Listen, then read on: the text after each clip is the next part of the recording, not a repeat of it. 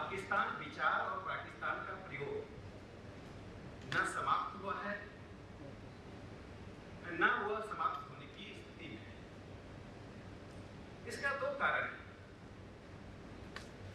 आज पाकिस्तान की संप्रभुता को जो चुनौती मिल रही है, वह चुनौती भारत से नहीं मिल रही है, वह चुनौती तालिबान से नहीं मिल रही है। पाकिस्तान की सॉवरेनिटी के 4 स्टेक होल्डर्स हैं: military of Pakistan, maulvis of Pakistan, तीसरा मिनिस्ट्रियल एग्जीक्यूटिव और चौथा जो नए स्टेक होल्डर है मिलिटेंट्स। तो पाकिस्तान की प्रभु सत्ता को आंतरिक चुनौतियां मिल रही हैं, और जब पाकिस्तान की जो अपनी स्थिति है, जो सोशल एंड पॉलिटिकल डिसइंटीग्रेशन का सवाल आया है, जो ईस्ट एंड वेस्ट पाकिस्तान में हमने देखा, और अभी बलूचिस्तान की स्थिति उत्पन्न हो रही है, तो पाकिस्तान जब आइडिया के रूप में जनरेट हुआ तो उसका मूल कंसेप्ट, बुनियादी आधार था इस्लाम के आधार पर एक राष्ट्र राज्य का निर्माण। लेकिन राज्य का तो निर्माण हुआ तो पाकिस्तान को मैं कहता हूं अननेशनल स्टेट, एक ऐसा राज्य बना जिसकी राष्ट्रीयता अपनी नहीं है। इसका कारण यह नहीं है कि पाकिस्तान की राष्ट्रीयता नहीं हो सकती है, उसके मूल में जो बात है, पाकिस्तान का निर्माण होते समय जो राष्ट्रीयता का प्रश्न उठाया गया, उस राष्ट्रीयता के प्रश्न को हिंदू विरोध और भारत विरोध में एक घृणा के और नफरत के भाव में, डेप्रिवेशन और मार्जिनलाइजेशन के कंसेप्ट को लाकर मुस्लिम मानसिकता को बदलने की कोशिश की गई। वह भी सफल इसलिए नहीं हुआ। पाकिस्तान का निर्माण क्यों हुआ, इस पर लंबी बहस चलती रही है, चलती रहेगी। NW20 जिसको हम जानते हैं नॉर्थ वेस्ट फ्रंटियर प्रोविंसेस, वहां 91% मुस्लिम थे, 58% मुसलमान पाकिस्तान बनने के विरोध में थे। फिर भी ऐसे प्रांत पाकिस्तान का हिस्सा बना। किसी भी राज्य के निर्माण के बाद उसमें एक मानसिक क्रांति की जरूरत पड़ती है। निर्माण की प्रक्रिया और निर्माण के बाद की स्थिति में जब तक मेंटल रिवॉल्यूशन नहीं होता है, वह राष्ट्र राज्य सेटल स्थिति में नहीं आती। पाकिस्तान उस मानसिक प्रक्रिया से गुजरे बिना उसने उसी पॉलिटिक्स को जारी रखा जो पॉलिटिक्स वो 1940 में हिंदुओं और पाकिस्तान और भारत के खिलाफ करता था। तो जिस राज्य का आधार नफरत होगा, जिस राज्य का आधार काल्पनिक शत्रु होगा, उसकी राष्ट्रीयता कभी उभर कर सामने नहीं आती। पाकिस्तान की राष्ट्रीयता आखिर हो क्या सकती है? पाकिस्तान के एक चिंतक FK खान दुरानी ने द मीनिंग ऑफ पाकिस्तान में एक बहुत अच्छी बात कही है। All the Muslims who live in Pakistan और Hindustan, they constitute one nation. आगे उन्होंने लिखा है, Muslims of Pakistan consider that co-existence in Hindustan, their flesh of our flesh, their blood of our blood। अर्थात पाकिस्तान के प्रयोग को धर्म के आधार पर राष्ट्रीयता बनाए रखने की जो उनकी चाह थी, उसमें उन्होंने 2 चीजें की। पहली चीज की कि सांस्कृतिक विरासत से वहां के लोगों को काटना, disconnection with the cultural legacies, और सांस्कृतिक विरासत से कटते ही, सभ्यताई यात्रा से कटते ही पाकिस्तान के पास अपना कोई आधार नहीं बचता। इसका एक फर्जन सेठ ने बहुत अच्छी बात कही कि trouble from the start, Pakistan की जो समस्या वो बिगिनिंग से ही समस्या रही है, और उस समस्या का निदान कैसे हो, यह पाकिस्तान के पास इसका कोई उत्तर नहीं है। अगर पाकिस्तान उस समस्या का निदान करता है तो पाकिस्तान पाकिस्तान नहीं रह जाएगा। उस समस्या का निदान ऐसा नहीं है कि नहीं हो रहा है। एक छोटा सा वर्ग पाकिस्तान में है, बहुत छोटा वर्ग है, जो ये सोचता है कि जब तक कल्चरल कनेक्शन को हम रिवाइव नहीं करेंगे, जब तक हम सांस्कृतिक राष्ट्रीयता को रिवाइव नहीं करेंगे, पाकिस्तान का अस्तित्व नहीं रहेगा। उसका मैं एक उदाहरण देता हूँ। रीमा अब्बास ने 2014 में एक पुस्तक लिखी, हिस्टोरिक टेम्पल्स इन कॉल टू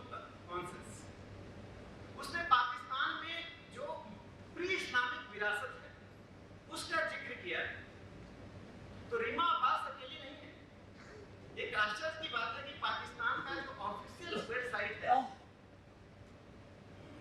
जिसका heritage.in करके उसका वेबसाइट है in.pok, उसमें पाकिस्तान के उस ऑफिशियल वेबसाइट में कहा गया है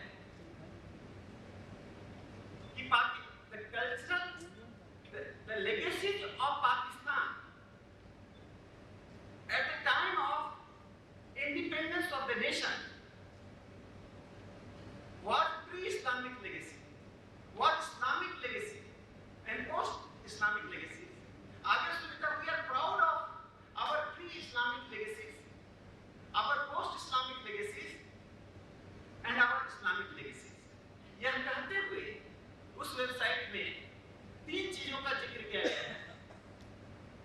ये कहा गया कि कुशान का जो शासन था, that was a golden period for the Pakistan. उसमें जो गंधर्व संस्कृति है उसका जिक्र किया गया है। तो पाकिस्तान के ऑफिशियल वेबसाइट के एक कॉर्नर में जहां प्री इस्लामिक सांस्कृतिक विरासत की बात कहकर पाकिस्तान के इतिहास को जोड़ा जाता है, वहीं पाकिस्तान के अपने समाज में भारत और हिंदू विरोध की जो एक काल्पनिक शत्रुता के आधार पर एक इंडोक्ट्रिनेशन होता है, उसके कारण आज पाकिस्तान अपनी राष्ट्रीयता को प्राप्त नहीं कर पा रहा। यही कारण है कि पाकिस्तान में राष्ट्रीयता का जब सवाल उठता है, जब कोई बहस होती है, तो उसमें मध्यम वर्ग की भूमिका न्यूनतम हो जाती है, बुद्धिजीवियों की भूमिका नगण्य हो जाती है और आर्मी की हेजेमनी, आर्मी की एक हेजेमनी होती है, पॉलिटिकल क्लास की सेमी हेजेमनी होती है और मौलवी इन दोनों के बीच का एक सूत्र बन जाता है। यही कारण है कि पाकिस्तान की स्थिति को देखने के लिए, समझने के लिए उसकी आंतरिक स्थिति भारत को गंभीरता से प्रभावित कर रही है और पाकिस्तान का वह प्रयोग, यदि उस पाकिस्तान के प्रयोग को हम विफल नहीं किए या पाकिस्तान के उस प्रयोग में विफलता का मतलब पाकिस्तान की संप्रभुता पर सवाल खड़ा करना नहीं है। एक आधुनिक विश्व में किसी भी संप्रभु राज्य के अस्तित्व पर सवाल खड़ा नहीं किया जा सकता है, लेकिन उस संप्रभु राज्य की में लोकतंत्र हो, उसकी अपनी राष्ट्रीयता हो, उसके लोगों में सकारात्मक सोच हो, या भारत और पाकिस्तान जिस सभ्यता और सांस्कृतिक विरासत से जुड़ा है उसकी एक नैतिक जिम्मेदारी है। इस सब कंटिनेंट की यदि किसी की नैतिक जिम्मेदारी है तो भारत की नैतिक जिम्मेदारी है। इसी नैतिक जिम्मेदारी को समझते हुए इंडिया पॉलिसी फाउंडेशन ने पाकिस्तान वॉच नाम का एक त्रैमासिक पत्रिका का प्रकाशन शुरू किया है। इसके प्रथम अंक में जिन लोगों ने महत्वपूर्ण अपनी रचनाएं दी हैं, हमारे बीच उसमें उपस्थित हैं श्री राणा बनर्जी जी, भारत सरकार में सचिव के पद से सेवानिवृत्त हुए। इनकी पाकिस्तान, अफगानिस्तान पर इनकी विशेषज्ञता है। इन्होंने IPF के अनुरोध पर राहिल शरीफ, जो पाकिस्तान का आर्मी चीफ है, राहिल शरीफ नवंबर में रिटायर हो रहे हैं, सेवानिवृत्त हो रहे हैं, हु आफ्टर राहिल शरीफ के ऊपर एक विश्लेषणात्मक और आलोचनात्मक लिख दिया है। मैं राणा बनर्जी का बहुत शुक्रगुजार हूँ। जी का आलेख है। इसके साथ साथ IDSA के 2 स्कॉलर्स ने इसमें महत्वपूर्ण कंट्रीब्यूशन दिया है। राजीव नयन जी ने पाकिस्तान के न्यूक्लियर ब्लफ के बारे में कहा। कुछ दिनों पहले AQ खान का आपने स्टेटमेंट सुना होगा, जिन्होंने कहा था कि नई दिल्ली को हम 5 मिनट में समाप्त कर सकते हैं। तो न्यूक्लियर ब्लफ क्या है, उसमें डॉक्टर राजीव नयन ने कॉन्ट्रीब्यूट किया है। IDSA के ही आशीष शुक्ला ने कॉन्ट्रीब्यूट किया है। तारिक फतेह ने अपने बहुत ही व्यस्तम समय से में IPF के लिए समय निकाला और उनका एक लंबा साक्षात्कार है जिसमें बलूचिस्तान से लेकर पाकिस्तान की राष्ट्रीयता, पाकिस्तान के निर्माण और पाकिस्तान के भविष्य पर उन्होंने बहुत बेबाक टिप्पणी की है। बहुत ही महत्वपूर्ण उनका यह साक्षात्कार है। इसमें अन्य कई पहलू हैं। इसमें हम 2 चीजें आगे से जो रखने वाले हैं बहुत महत्वपूर्ण है। मित्रों, पाकिस्तान का जब निर्माण हुआ तो पार्टीशन और पार्टीशन के किस प्रकार से इतिहास में सप्रेस्ट किया गया, जिसके कारण हम आइडिया ऑफ पाकिस्तान को नहीं समझ पाते। उसका मैं एक उदाहरण देकर अपनी बात समाप्त करता हूँ। इस पत्रिका में हमने जे.एन. मंडल का इस्तीफे का एक पत्र डाला। जे.एन. मंडल वह व्यक्ति थे जो पश्चिम बंगाल में दलित राजनीति के पुरोधा थे। उनका यह कन्विक्शन था कि दलित मुस्लिम अलायंस के द्वारा दलितों का कल्याण हो सकता है। यह उनका ऑपर्चुनिटी नहीं था कि कोई वह व्यक्ति कन्विक्शन से मुस्लिम लीग की राजनीति के साथ 1930 से इंटीग्रेटेड थे। उस कन्विक्शन के आधार पर पाकिस्तान गए। भारत में बाबा साहब अम्बेडकर लॉ मिनिस्टर बने और पाकिस्तान में जे.एन. मंडल लॉ मिनिस्टर बने। भारत में बाबा साहब अम्बेडकर ड्राफ्टिंग कमेटी के चेयरमैन बने और पाकिस्तान में जे.एन. मंडल ड्राफ्टिंग कमेटी के चेयरमैन बने। उसके पहले सेशन की अध्यक्षता उन्होंने की, temporary chairman constituent assembly of Pakistan. जो व्यक्ति पाकिस्तान के लिए सिलहट पर जब प्लेबिसाइड हुआ तो जिन्ना ने असम के सिलहट में उनको भेजा कि आपके जाने के बाद दलितों का मत परिवर्तन होगा और सिलहट पाकिस्तान को मिलेगा। जे.एन. मंडल ने अपनी ऐसी भूमिका निभाई। जिस व्यक्ति ने प्रतिबद्धता के साथ मुस्लिम लीग की राजनीति का मुस्लिम दलित अलायंस की के सैद्धांतिक आधार को अपने जीवन में आत्मसात किया, जिसने पाकिस्तान के संविधान निर्माण में योगदान दिया, उसे आखिर क्यों 1950 में इस्तीफा देते हुए कहना पड़ा कि Hindus are not safe in Pakistan. उन्होंने एक पत्र में 3 लाइन जो मार्मिक बात कही है। लियाकत अली खान से कहा कि आपके कहने पर मैंने बहुत झूठ बोला, आपके कहने पर मैंने बहुत झूठा आश्वासन दिया कि हिंदुओं को कि तुम सेफ हो, तुम भारत में रहो। मैंने दुनिया को बताया कि पाकिस्तान में हिंदू सेफ हैं, लेकिन अब मेरा विवेक साथ नहीं दे रहा है और मैं जिस उम्मीद के साथ पाकिस्तान आया हूँ वो उम्मीद छोड़कर मैं वापस जा रहा हूँ। दलित मुस्लिम अलायंस का वह पहला और अंतिम प्रयोग था और जे.एन. मंडल कॉन्स्टिट्यूएंट असेंबली से पाकिस्तान के लॉ मिनिस्टर से इस्तीफा देते हैं, वे भारत आए। मित्रों, भारत के समाज अध्ययन के किसी भी पुस्तक में मैंने आज तक जे.एन. मंडल का जिक्र नहीं देखा, उनके पत्र का कोई अंश नहीं देखा। डोमिनेंट हिस्टोरियंस और डोमिनेंट इंटेलेक्चुअल्स ने इतिहास के उन पृष्ठों को कैसे सप्रेस किया, पाकिस्तान के निर्माण की कहानी का, पाकिस्तान के निर्माण के बाद पाकिस्तान के आइडिया का प्रयोग कैसे होता रहा, इसका हम तक आने नहीं थे। वो पाकिस्तान और भारत को पैरिटी में रखते हैं, विभाजन को टू नेशनलिज्म में पैरिटी में रखते थे। तो इस पाकिस्तान वॉच में हम हर अंक में एक पाकिस्तान से जुड़े हुए हिस्टोरिक डॉक्यूमेंट को हम प्रस्तुत करेंगे, जिस हिस्टोरिक डॉक्यूमेंट को सप्रेस किया गया है, जिससे हम चाहेंगे कि पाकिस्तान के पार्टीशन की उन कहानियों को, उन तथ्यात्मक बातों को लोगों के सामने लाया जा सके। मैं पाकिस्तान के बारे में अंतिम शब्द कहता हूँ, पाकिस्तान विमर्श, कोई विचार होता है उसको विमर्श होता है।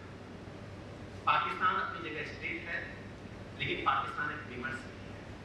यदि पाकिस्तान विमर्श को हमने नहीं ठीक से देखा तो शायद तैराना जैसी घटनाएं बढ़ेंगी। पाकिस्तान एक आइडिया है, पाकिस्तान एक डिस्कोर्स है और उसी पाकिस्तान डिस्कोर्स को लेकर इंडिया पॉलिसी फाउंडेशन पाकिस्तान की अर्थव्यवस्था, उसकी सैन्य व्यवस्था, उसकी राजनीतिक व्यवस्था और पार्टीशन की कुल अनकही और दबाई गई तथ्यों को, आर्काइवल डॉक्यूमेंट्स को लाकर आपके सामने हर दिन बनने के बाद प्रस्तुत करेगा। इसके साथ ही मैं अपनी बात समाप्त करूंगा। अब मैं आज के कार्यक्रम को आगे बढ़ाते हुए श्री अजय कुमार जी से आग्रह करूंगी कि वे अपने विचार हमारे साथ करें। पाकिस्तान वॉच एक पत्रिका नहीं होगी जो मैं उम्मीद करता हूँ, बल्कि एक ऐसा जरिया और माध्यम होगा जिसके जरिए हम तमाम बातों पर चर्चा कर पाएंगे।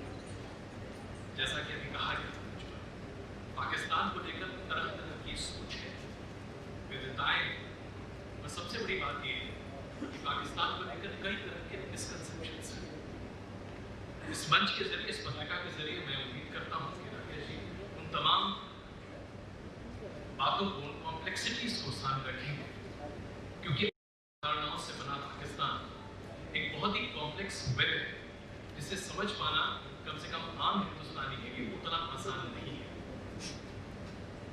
एक धारणा है कि पाकिस्तान को हम हिंदुस्तान में अनफिनिश्ड बिजनेस मानते हैं। इस प्रिज्म से हमने पाकिस्तान को कई बार देखा है, लेकिन आज की वास्तविकता है कि पाकिस्तान एक राष्ट्र है और इस वास्तविकता से दो चार होना ही हमारे लिए अत्यंत आवश्यक है। इसी बात को लेकर अगर हम आगे बढ़े, पाकिस्तान क्या एक वाकई में एक मोनोलिथिक कंस्ट्रक्ट है जिसे आमतौर पर हम मानते हैं?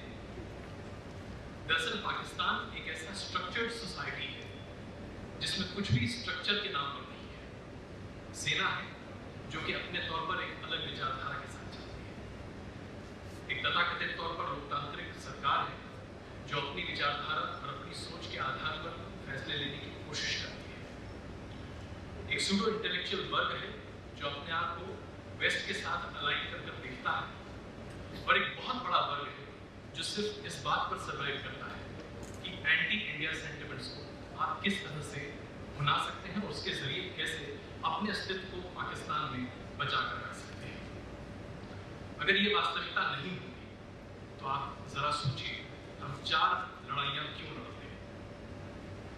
आखिरकार पाकिस्तान के अपने आप और अपने अस्तित्व को बचाए रखने के लिए एंटी इंडिया सेंटिमेंट को बढ़ावा देना उसकी एक जरूरत है, और यही वजह है कि आप देखें कि उसकी पूरी की पूरी नीति हिंदुस्तान के एक सोच या हिंदुस्तान की विचारधारा के बिल्कुल विपरीत है।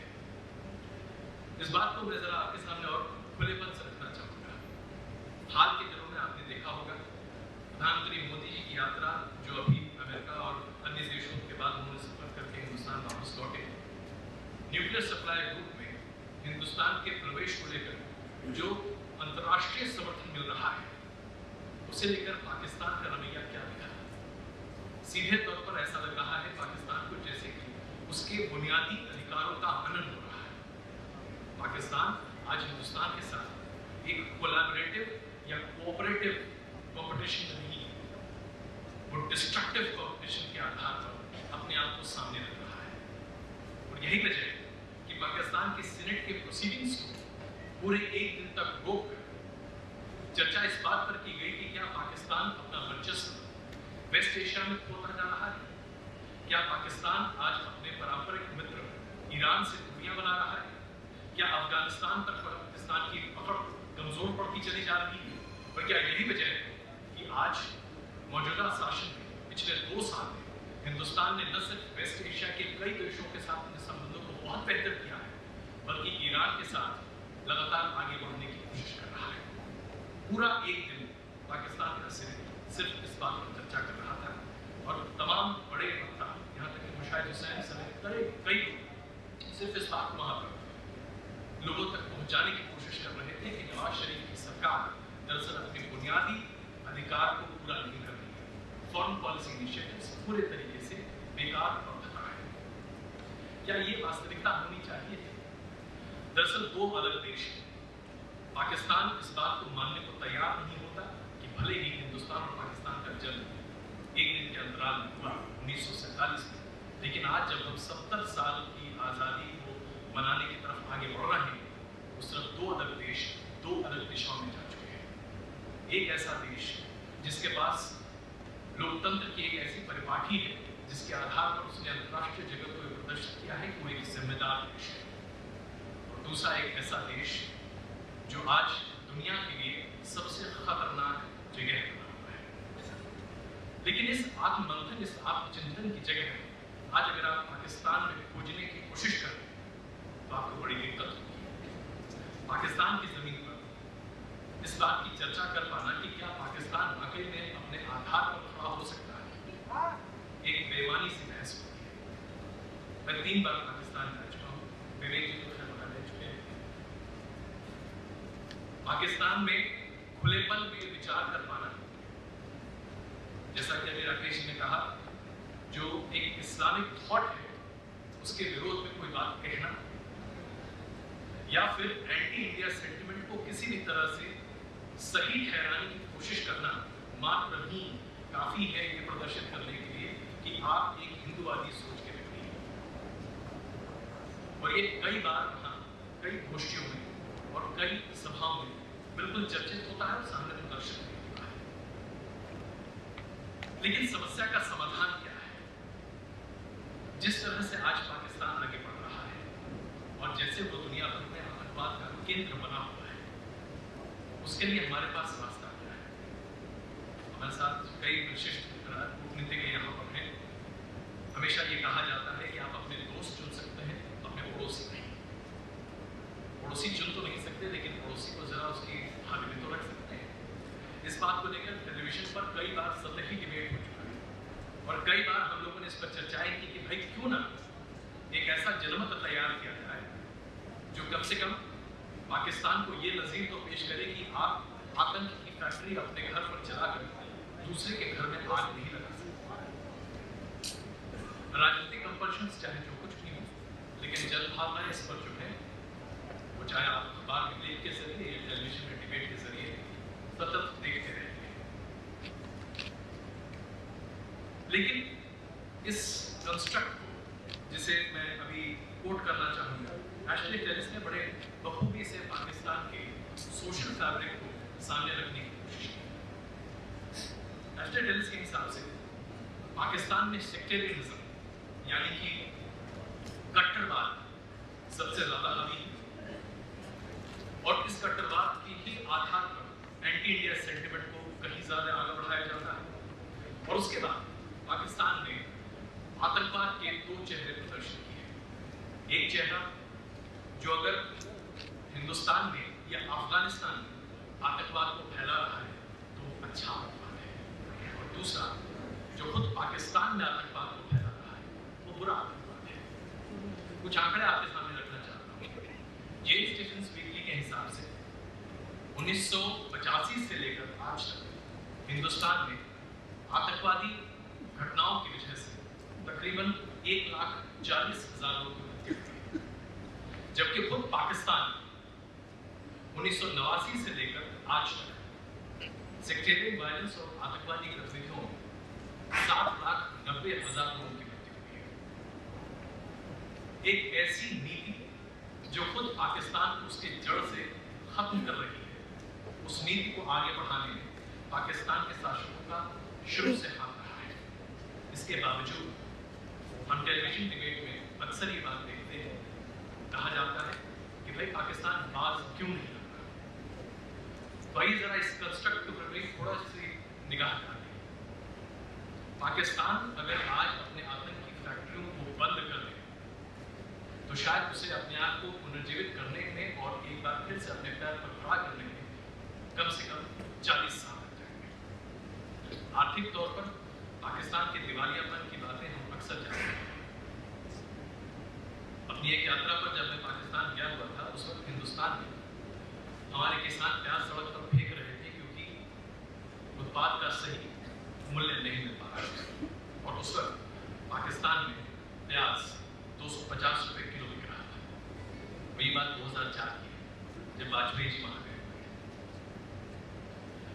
अगर हम मिलकर बात कर रहे होते तो शायद एक दूसरे कंस्ट्रक्ट की बात करते हैं, लेकिन आज पाकिस्तान अपनी ही बनाई एक सोच, विचारधारा और नीति का शिकार है। लेकिन इसके आगे क्या पाकिस्तान के पास कोई रास्ता है, कोई जरिया है? सीधे तौर पर अगर कहें तो फिलहाल ऐसा दिखता नहीं है कि पाकिस्तान किसी भी तरह से अपनी तमाम नीतियों में कोई भी फेरबदल कर सकता है। पाकिस्तान की उत्पत्ति, जैसा कि अभी राकेश जी कह रहे हैं, एंटी इंडिया सेंटिमेंट को लेकर ही है, और इस अनफिनिश्ड बिजनेस को आप फिनिश कर नहीं सकते राजनीतिक कारणों से और कई अन्य कारणों से। तो ऐसे में शायद हमें खुद अपने भीतर भी देखने की जरूरत है। आखिरकार पाकिस्तान में कार्यरत या आतंकवादी गतिविधियों में लिप्त कई आतंकी संगठन किस आधार पर अपने आतंक की फैक्ट्री चलाते हैं? पाकिस्तान से हिंदुस्तान आकर आतंकी हमले करने में अगर आप आंकड़े निकालें तो पाकिस्तान के नागरिक जो हिंदुस्तान में आकर आतंकवादी हरकतें करते हैं और जो हिंदुस्तान के नागरिक हिंदुस्तान में आतंकवादी हरकतें करते हैं, ये प्रोपोर्शन महज 15% का है। बाकी 85% लोग हमारे खुद के, हमारे हिंदुस्तानी हैं। तो क्या यह आज आवश्यक नहीं है कि हम खुद अपने भीतर भी झांक कर देखें? क्या वो परिस्थितियां हैं जिसके आधार पर हम समाज के एक बहुत बड़े तबके को अपने से लगातार एलिनेट कर चुके हैं, इतने ज्यादा कि न सिर्फ वो राष्ट्रीयता को दरकिनार करते हैं, बल्कि अपने ही देश के लोगों और अपने ही देश के लोगों के साथ उनकी बुरी खेल रहे हैं। एक और आंकड़ा आपके सामने प्रस्तुत करता हूं। यूएन डेवलपमेंट रिपोर्ट के आधार पर यह कहा जाता है कि हिंदुस्तान में आज एक दलित व्यक्ति जो साल भर काम करता है, उसकी आमदनी है 1441 डॉलर, और एक मुसलमान व्यक्ति जो आज अपनी जीविका चला रहा है, साल भर की उसकी कमाई है 1600 डॉलर। यानी कि आज जो हमारे समाज में दलितों की स्थिति है, जिसे लेकर हमारी संवेदनाएं इतनी ज्यादा है, उसी के आसपास की स्थिति मुसलमानों की भी है। जाहिर सी बात है, शिक्षा का अभाव, नौकरी का अभाव, तमाम अन्य चीजें बहुत बड़े पैमाने पर वहां पर है। तो राजनीतिक तुष्टीकरण जिसके आधार पर पिछले लगभग 60 साल से हमारे देश की नीति आगे बढ़ती रही है, क्या वही आधार होना चाहिए? क्या ये वो आधार नहीं है जिसने हमारे ही देश में हमारे ही लोगों को हमारे खिलाफ कर दिया?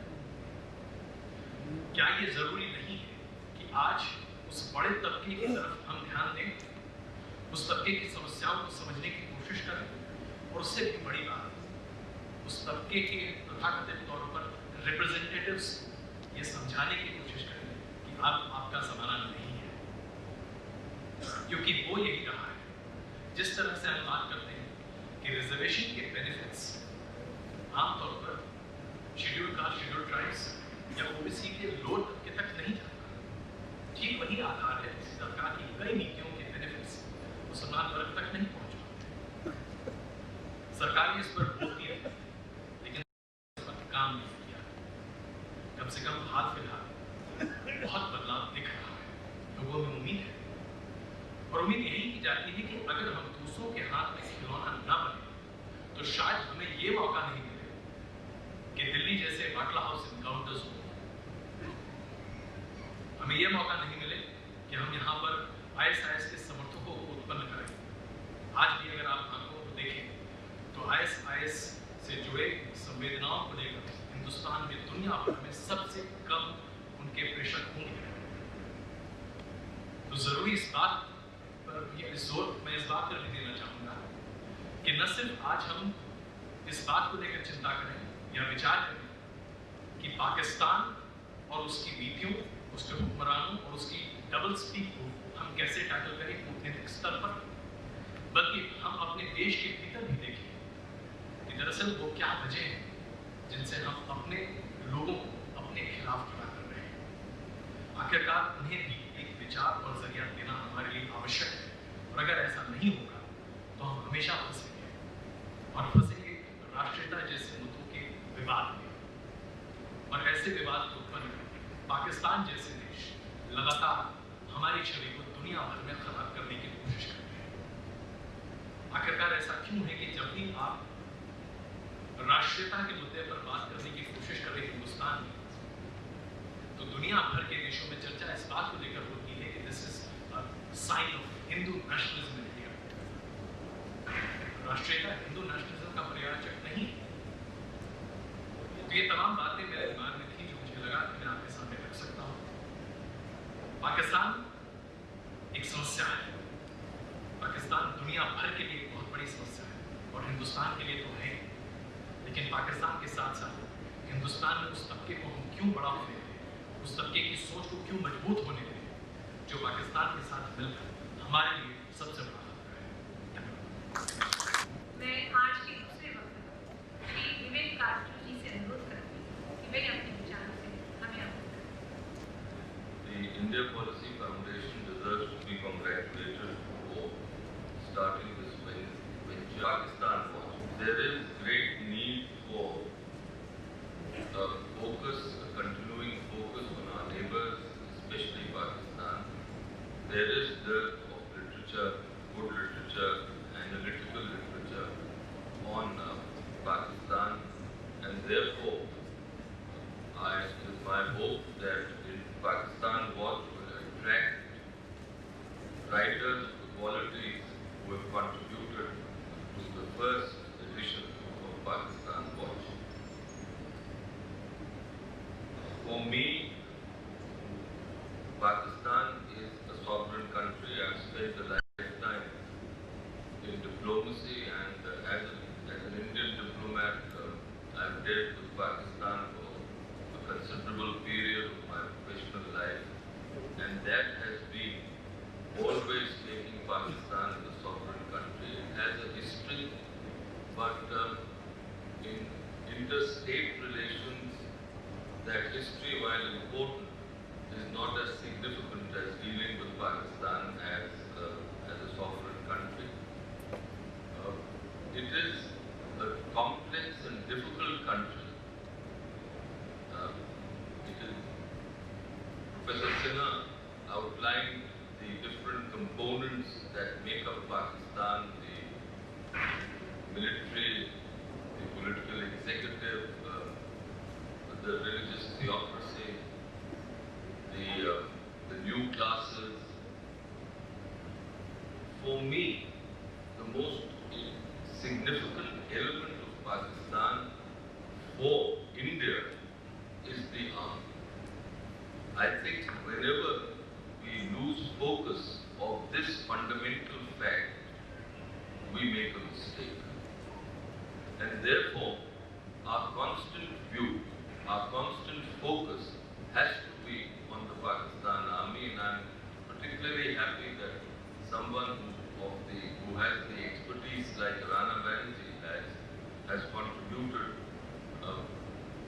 to Pakistan Watch and has written on what would happen to the Pakistan Army after the departure of General Rahil Sharif. At the moment, of course, it seems that he will be retiring in November. But I think there is some speculation whether the good general will get admissions like most Pakistani generals do of continuing in office. Now, in 2011, May of 2011, आपको याद होगा वहाँ पे अमेरिकनों ने एबटाबाद में हमला बोला था। वो हमला ही था जिसमें उन्होंने उसामा बिन लादेन पर अटैक किया और उनको मारा। ये पाकिस्तान के लिए और पाकिस्तान की सेना के लिए एक बहुत बड़ा शौक। इसकी वजह से एक वहाँ इंक्वायरी कमीशन की नियुक्ति हुई, जिसको एबटाबाद इंक्वायरी कमीशन को कहते हैं। And this commission consisted of, as chairman, the senior most judge of the Pakistan Supreme Court. It had a senior retired diplomat, Ashraf Qazi, who had remained Pakistan's High Commissioner to India. It had a retired Lieutenant General and a retired Inspector General of Police. So it was an inquiry which was undertaken at the behest of the political masters of Pakistan by the Pakistan establishment itself. Now, the report of the inquiry commission was leaked in 2013. Only one page has not come out in the public domain, and that is, for some reason, that is page 196. Except for that, while the Pakistan government has denied the authenticity of what has been leaked, I think all Pakistan scholars believe that what has been leaked is the genuine document. Unfortunately, it has not received the kind of attention that India's Pakistan watchers should have given to this, because it is a mine of information on the attitudes and approaches of the Pakistan establishment on various security issues, including India. Now, this report at one stage indicates that for Pakistan, India is a permanent threat. And as we know, permanent threats can only be from a country which is a permanent enemy. Therefore, for Pakistan, this internal document indicates very clearly that within themselves they take India to be a permanent enemy. कि भारत हमेशा शत्रु रहेगा, है और शत्रु रहेगा, ये उनका अनुमान है। इसी धारणा पे वो सब अपनी नीतियों का निर्माण करते हैं। Now, the second issue which was important in that report was an account of the army and civil relationship. And it is interesting reading because among those who appeared before the commission, the inquiry commission, Pakistan Defence Minister, the person who was the Defence Minister in 2011 when the Americans undertook the Abbottabad operation, and he is asked that what is the status of the Defence Minister in Pakistan. And he says, somewhat pathetically, he says, in actual fact, the person who is important is the Defence Secretary. And the Defence Secretary is always a retired general of the Pakistan Army. Now that in itself shows the kind of relationship that exists. Why am I saying this? This is nothing new for us. We know this. But it is important because I feel that often our policy makers lose sight of this. They lose sight of the fact that the actual decisions being taken in Pakistan in relationship to India are not being taken in Islamabad, are not being taken by the elected representatives of Pakistan. They are being taken by the generals, by the Pakistani generals. And therefore, howsoever our prime ministers may establish a relationship with their Pakistani counterpart, I think experience has shown that these relationships count for very little. It is good that Prime Minister Modi has, it is obvious that he has an excellent relationship with the Pakistan Prime Minister Nawaz Sharif. Had it not been so, Mr. Modi, Prime Minister जी, वो लाहौर की यात्रा पे नहीं जाते। अभी जब अपना operation हो, उनका ओपन हार्ट सर्जरी जब नवाज शरीफ की होने के पहले लंदन में नवाज शरीफ जी ने मोदी जी को फोन किया।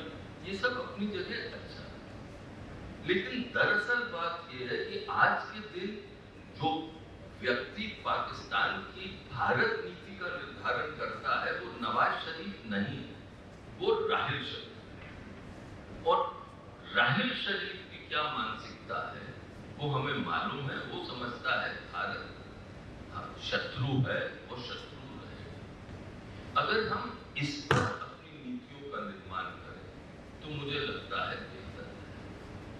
और अगर हम इस पर अपनी नीतियों का निर्माण करें तो फिर मुझे लगता है कि जो हम बैकवर्ड और फॉरवर्ड चाहते हैं पाकिस्तान के बारे में, पाकिस्तान के विषय में, वो नहीं चाहिए। और अगर आप इतिहास देखें भारत पाकिस्तान के संबंधों के बारे में तो ये साफ जाहिर है कि हर सरकार इसी रास्ते पे चली। कोई ऐसी सरकार नहीं है जो कि नहीं चली।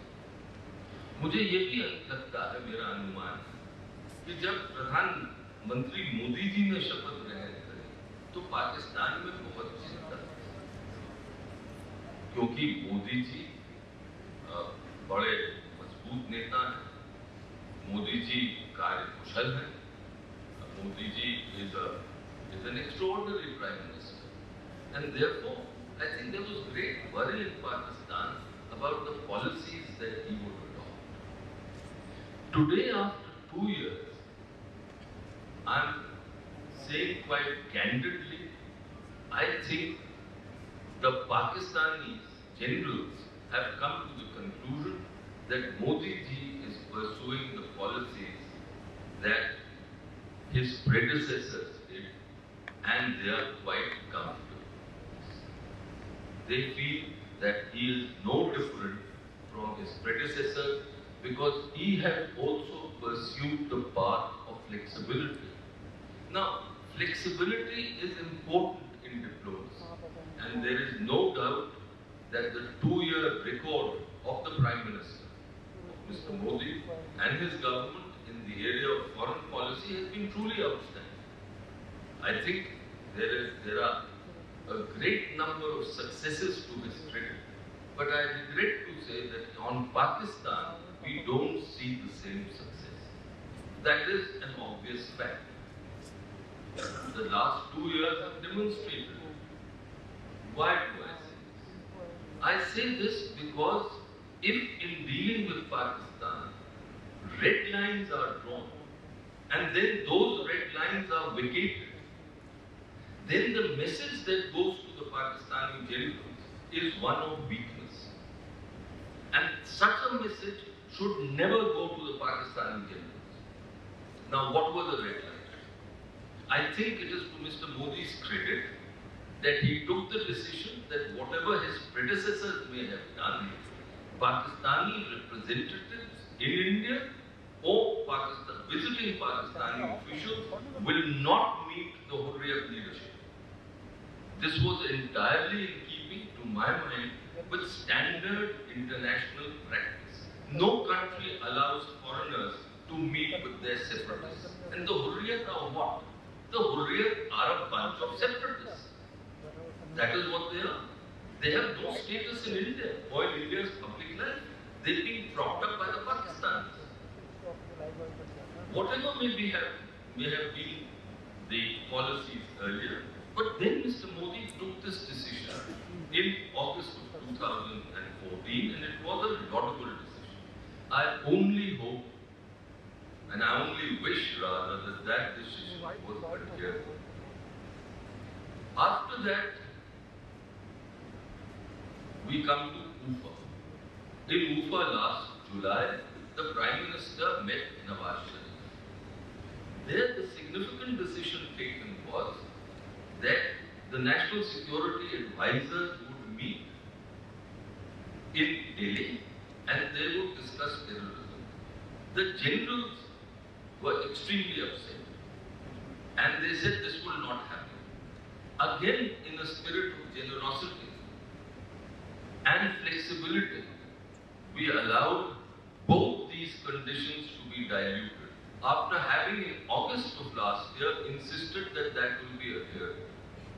And therefore, in December, a meeting took place in Bangkok between our National Security Advisor and the Pakistani National Security Advisor, where the foreign secretaries of the two countries were present.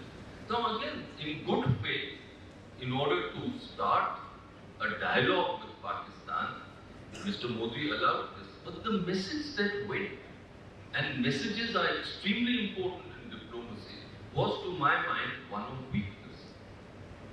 And then in December we know what happened, and then we know what has happened at Pathankot. I hope now that there will be consistency in our policy.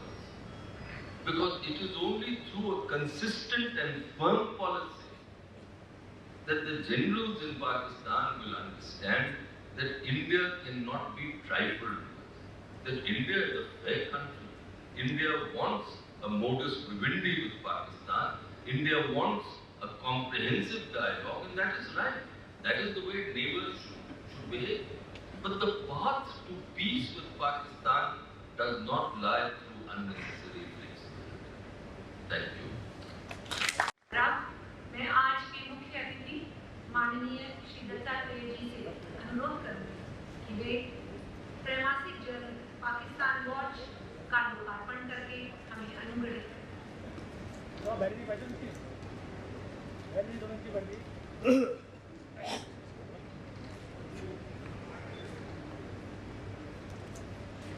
अब मैं माननीय दत्ता जी से अनुरोध करूंगी कि वे हमें संबोधित करें। पाकिस्तान ने बहुत सारे ऐसे उपक्रम जो चिंतन के क्षेत्र में भारत के पहचान, भारत के विकास, भारत के परिवर्तन, भारत के बहुत सारे ऐसे जो आज आवश्यक है उसके बारे में पिछले कुछ वर्षों से एक भरसक प्रशंसनीय प्रयास करते आए हैं। और एक नया उपक्रम पाकिस्तान वाच के ऐसे एक त्रैमासिक जर्नल प्रारंभ करने का जो प्रयास किया उसकी आवश्यकता क्या है, उसके पीछे के उद्देश्य क्या है, इसके बारे में स्वयं राकेश सिन्हा जी ने तो उसे रखा ही है और आज इसकी आवश्यकता है, ये सब हम महसूस करते हैं। लेकिन ये बहुत लंबे समय तक रहे ये शुभकामनाएं मैं नहीं दे सकता। 1980-85 में कोई यूएसएसआर वॉच बनाते हैं और कहते हैं यूएसएसआर वॉच ये लंबे समय तक रहे, तो 1880 यूएसएसआर समाप्त हो गया। लेकिन पाकिस्तान को वॉच करने के, पाकिस्तान के बारे में नजर रखने के, पाकिस्तान के बारे में अध्ययन करने की आवश्यकता क्या है? Pakistan is not A state but it is a state of mind. यह अभी तारिक पत्नी ने कहीं इसी में शायद पाकिस्तान वॉच में ही उनके इंटरव्यू में उन्होंने कहा है that sums up the whole thing about the failed idea of Pakistan। तो पाकिस्तान एक स्टेट होता, बहुत सारे होते उसके भी हम विचार करते, हाँ उसके साथ संबंध क्या रहना चाहिए, कैसे होने चाहिए, इसके बारे में पूर्व वक्ताओं ने कहा ही। लेकिन पाकिस्तान एक स्टेट ऑफ माइंड होने के कारण वो भारत के बाहर पड़ोसी भी है, भारत के अंदर भी मानसिक स्तरों पर आज है, जिसके अजय कुमार जी ने थोड़ा उल्लेख किया। आपने इसमें कहा 15% वहां के और 85% यहाँ के, ऐसे जाएगा। तो ये Pakistan is the state of mind. इस संदर्भ में मैंने उनके इस जो ऑब्जर्वेशन है, which is a fact of course, इसको मैं ले चाहता हूं। तो इसलिए पाकिस्तान के बारे में देखना, अध्ययन करना इसलिए आवश्यक है कि बहुत वर्षों तक भारत के विदेश नीति पर एक आरोप कहिए, ऑब्जर्वेशन कहिए, हो रहा है। वो है India's foreign policy is Pakistan centric, as if many other countries do not exist।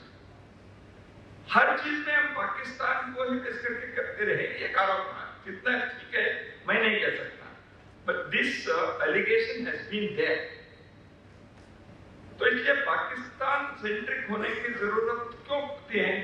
क्योंकि भारत के साथ जो जन्म से पाकिस्तान का जो संबंध है वह किस प्रकार के संकट में है, तो ये दर्शाता है। जन्म से समय तो जिस प्रकार के संकट हुआ हम जानते ही इतिहास में, तब से लेकर आज तक नॉट ए सिंगल डे, हाँ भाई पाकिस्तान के साथ थोड़ा सा अच्छा हुआ, ऐसे पूरा 24 घंटे रह कहीं भी नहीं हुआ। लाहौर के लिए बस में चले अटल जी, विदिन 24 आवर्स उल्टा हो गया। अभी पठानकोट के बारे में आपने उल्लेख किया, प्रधानमंत्री नरेंद्र मोदी जी वहां मिलकर आते हैं, पाकिस्तान के साथ संबंध सुधारने के विषय विरोध नहीं है, पाकिस्तान के संबंध होना चाहिए, इसका आग्रह मैं करूंगा। लेकिन प्रयास जो करते हैं उस प्रयास के साथ दूसरे पक्ष जो है वो कितने अपने मन से इस विषय को आग्रह पूर्वक आगे बढ़ाने में इच्छुक है। तो लाहौर बसिया का आगरा समिट में समाप्त हो गए। वहां के प्रधानमंत्री नवाज शरीफ जी के घर पे जाकर मिलके आना पठानकोट में समाप्त हो गया। तो प्रयास कितने करें? तो ये प्रॉब्लम पाकिस्तान के भारत विरोधी, हिंदू विरोधी एक इसी नफरत के, द्वेष के आधार पर कोई भी एक राष्ट्र जन्म नहीं ले सकता। वैसे पाकिस्तान, राकेश ने ठीक ही कहा, राष्ट्र विहीन राज्य है, it is a nationless state. उसके नेशनहुड पिछले इतने वर्षों में विकसित नहीं हो पाया, इसलिए Pakistan has remained a nationless state, it is not a nation state. और जिस पाकिस्तान में street power overpower the state power, state power where it buckles under the rogue's power obviously becomes the rogue state. Institutions को develop किए बिना एक state, एक nation state अपने लोगों के हित नहीं कर सकता, अपने पैरों पर खड़े नहीं हो सकता। इंस्टीट्यूशंस खड़े करने के दृष्टि से फेल हो गई। इकोनॉमी में क्या हुआ हम जानते हैं। इतने वर्षों से मैन्युफैक्चरिंग या और कोई स्थिति में पाकिस्तान के आगे बढ़ना ही नहीं पाए, केवल वो कुछ तालिबान के टेररिस्ट को मैन्युफैक्चर करने के छोड़कर और कुछ फैक्ट्री चला नहीं।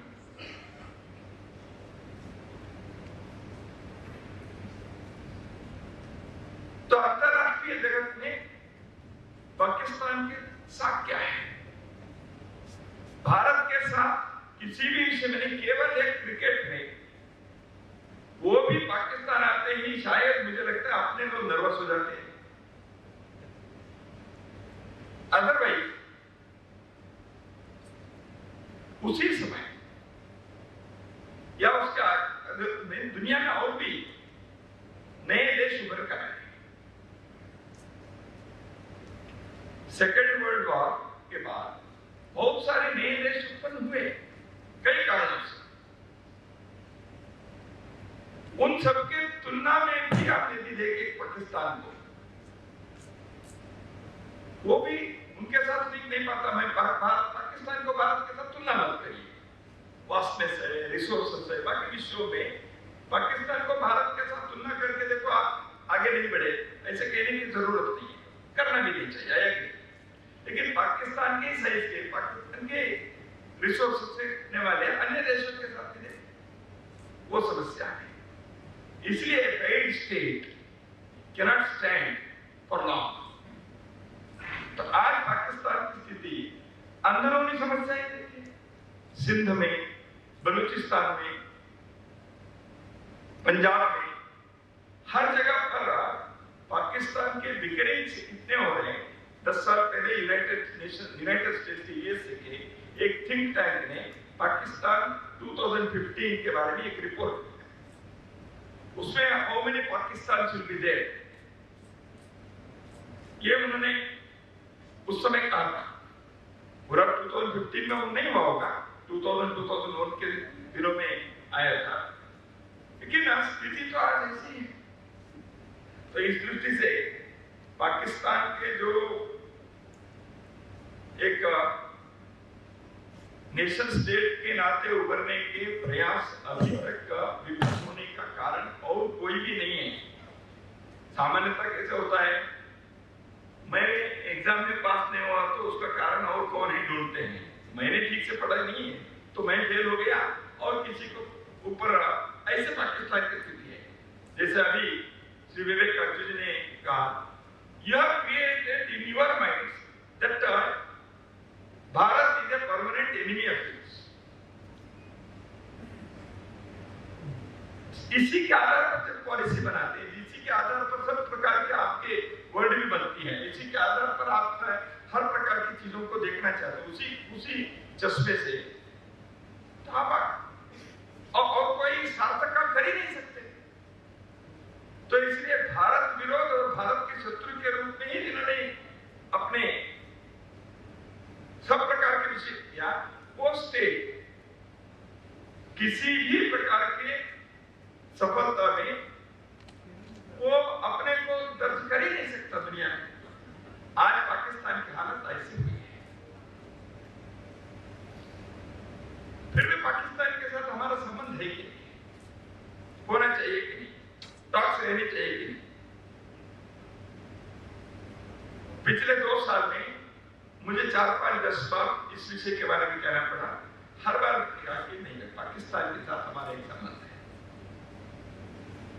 हम दुनिया के अन्य देशों से जैसे हम नहीं सोच सकते। It is true that you can't choose your neighbors. It is not that we have chosen or not chosen our neighbor. You have created your neighbor here. Out of our will or their machination, whatever it is.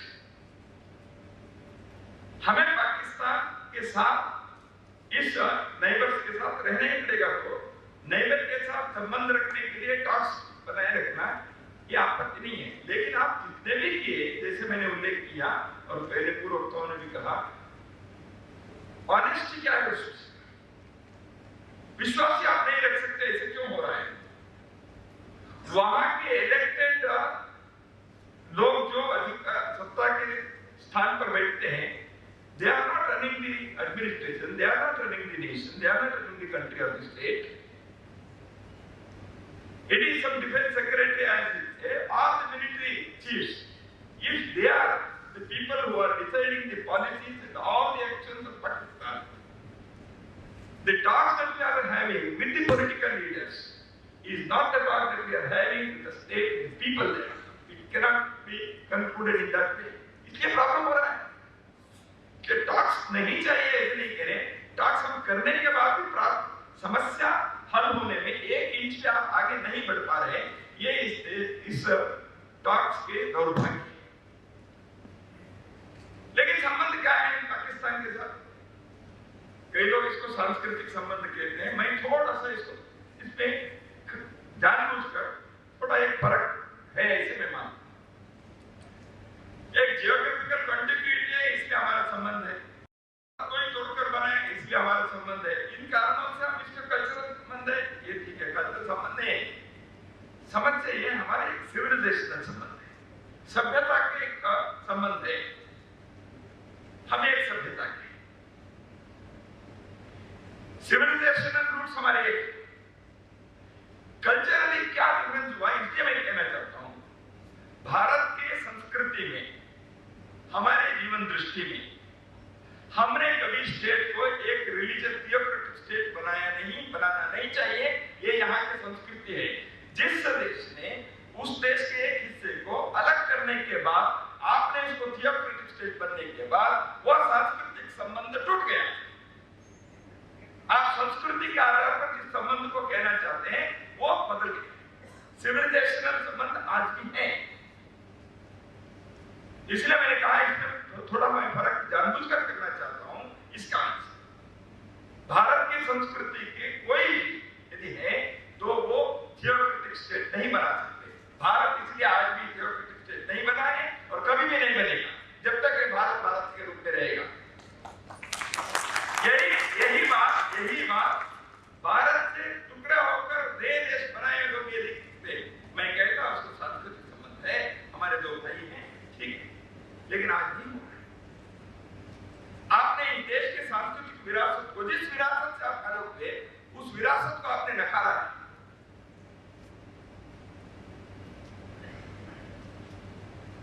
लेकिन राकेश जी ने उनके website में उन्होंने जिन के बारे में जिक्र किया है, इसके बारे में आपने कहा, कुछ साल पहले, 2 साल पहले उन्होंने अपने वेबसाइट में बहुत सारे पाणिनि वगैरह वगैरह जो भी लिखा था वो सब बदल दिया, अमेंड कर दिया। लेकिन अभी आपने जैसे कहा ऐसे कुछ बातें आज भी रखी। ये सारे सिविलाइजेशन का उनको याद है क्या है उसको कहें, लेकिन सभ्यता की अभिव्यक्ति उस देश की जो है वो जो व्यवहार में होना चाहिए था वो नहीं हो रहा है, इसलिए समस्या है। जो क्या सारे पॉलिसी को इंडिया ओरिएंटेड, इंडिया सेंट्रिक करने के कारण स्थिति उस प्रकार की हो गई है। तो इसलिए मुझे लगता है कि पाकिस्तान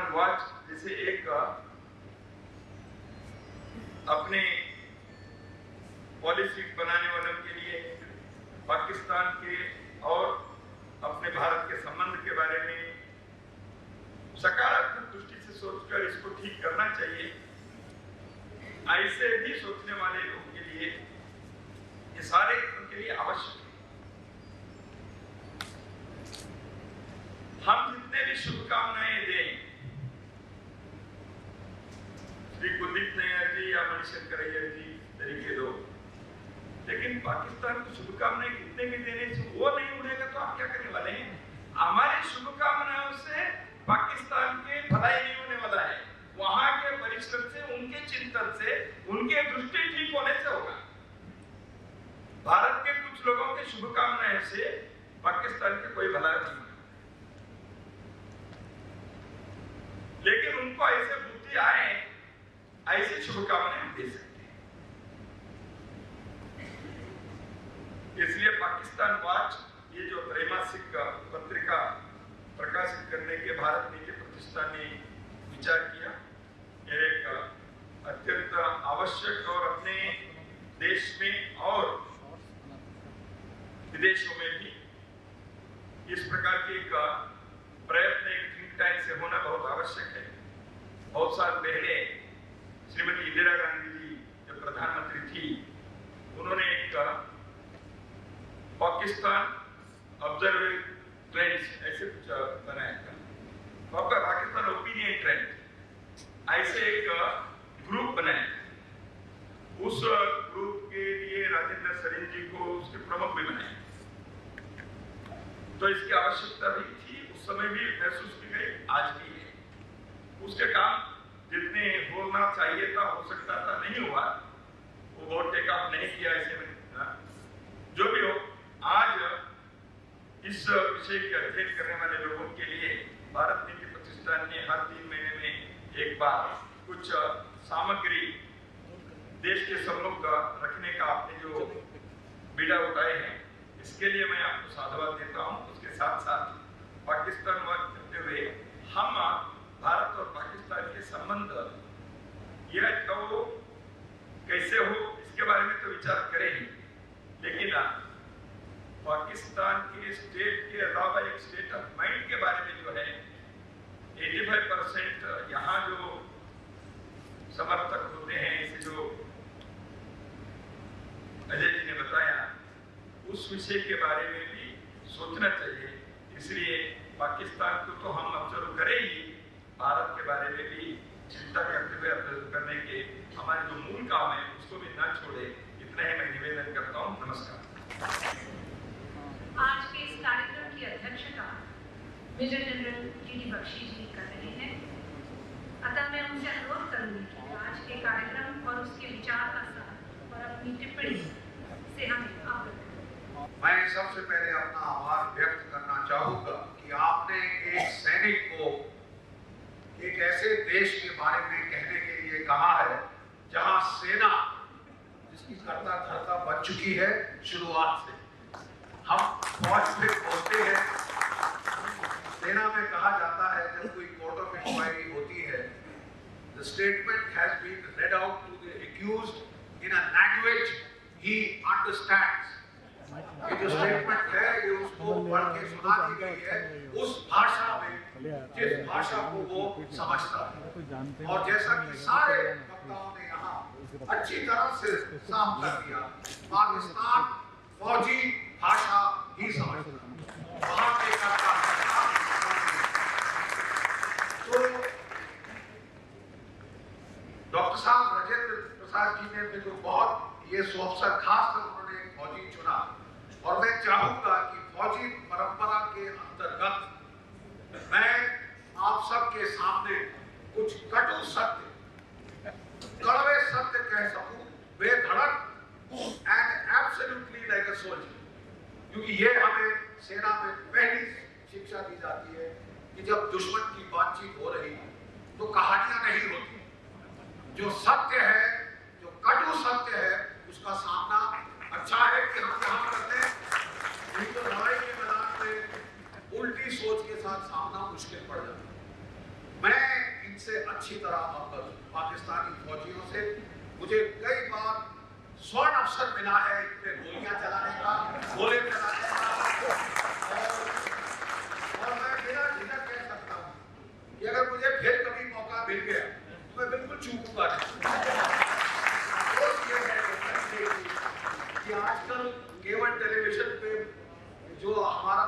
हिंद है वही मशीन गन का काम कर सकता है।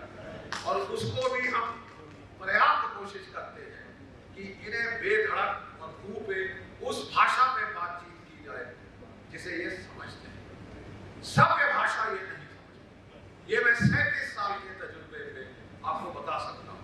लाइन ऑफ कंट्रोल में जब एक पलटन जाती है तो उसको पहली नसीहत दी जाती है कि देखो यार, इनको सर पे मत चढ़ने देना, तुम्हारा यहाँ 2.5-3 साल जीना दूभर हो गई।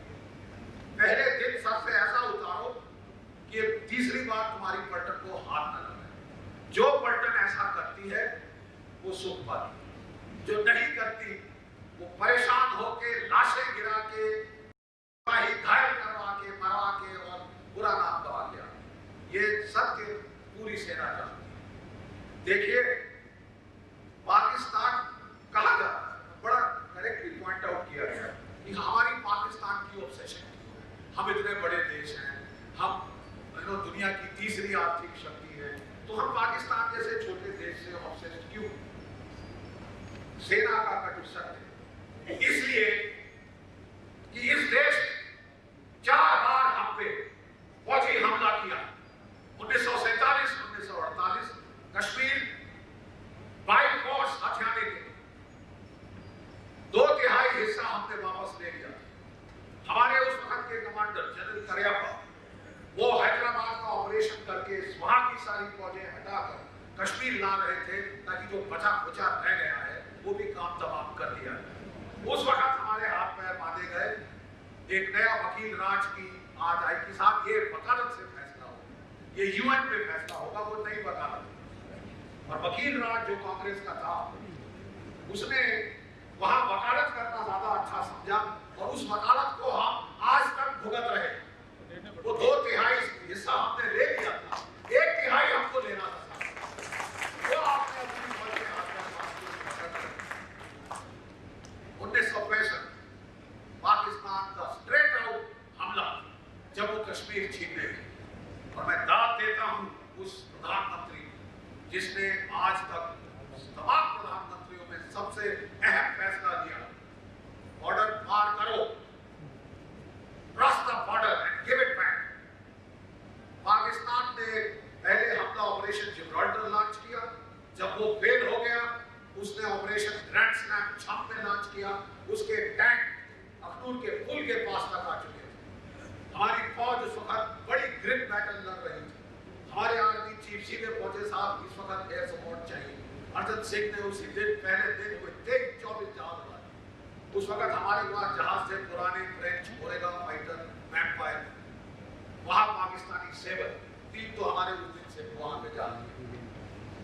लेकिन उसके बाद जनरल चौधरी थे, उन्होंने 7 नसीहत दी, सैनिक नसीहत दी कि सर ये लड़ाई इस तरफ नहीं हो सकती, we should be allowed to hit back. Lahore और सियालकोट में हमला हुआ। जो पाकिस्तानी फौजें बढ़ रही थी बड़ी शौर शौकत से छत की तरफ पलट मार, वो सीधा दुख पलट के वापस आई और उनको लाहौर और सियालकोट के डिफेंस के लिए लड़ना पड़ा। और कश्मीर की कहानी वहीं की वहीं खत्म हुई। 1971 की बात पाकिस्तानी तो नहीं करेंगे क्योंकि उस लड़ाई 1000 वर्षों के इतिहास के पश्चात पहली बार दक्षिण एशिया में एक निर्णायक जीत और पाकिस्तान के 2 टुकड़े कर। उस वक्त हमको करना चाहिए था कि कश्मीर का मसला हमेशा हमेशा के लिए सुलझा दिया जाए, लेकिन हमारे देश में कई चीजें बार-बार पैटर्न रिपीट कर। इतिहास कभी पढ़ना अनिवार्य है। जब भी पाकिस्तान में हमने पाकिस्तान के ऊपर हावी हुए हैं, यहाँ एक दया का भाव जिसको मैं हिंदू भाव बोलता हूँ, 17 बार हमला किया आपके ऊपर मोहम्मद गौरी ने। और जब वो 17 बार हराया, जब वो वापस जा रहा तो बोला साहब खत्म कर दे। अरे राजपूती शान पे गया साहब। जब वो 18वीं बार आया तो उसने राजपूती शान खत्म कर दी आपकी छल कपट से और पृथ्वीराज चौहान की आंखें निकाल के यत्ना देने के मारा। उससे अच्छा होता कि पृथ्वीराज चौहान लड़ाई के मैदान में शहीद हो गए। देखिए इसमें जिद है, ये जो दुश्मन है इसकी जिद है। कितनी बार भी हराओगे वो वापस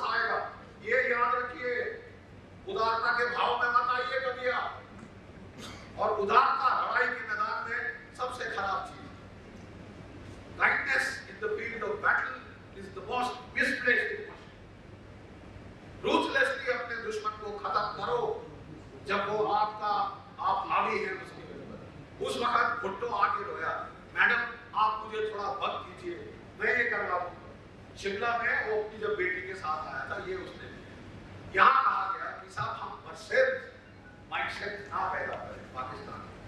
याद है कि जब द्वितीय महायुद्ध में जंग हुई थी तो बहुत जर्मनी की नाक रगड़ी गई। उस विरोध से आक्रोश से उन्होंने द्वितीय महायुद्ध शुरू किया। बोले साहब वर्सेस सिंड्रोम नहीं किया गया, उदारता दिखाई गया जब हम जीत गए। और वो लाइन ऑफ कंट्रोल का जो बॉर्डर उस वक्त होना था वो नहीं हुआ। अपने 93,000 कैदी भुट्टो साहब वहां जाके लेकर बिल्कुल साफ उतर।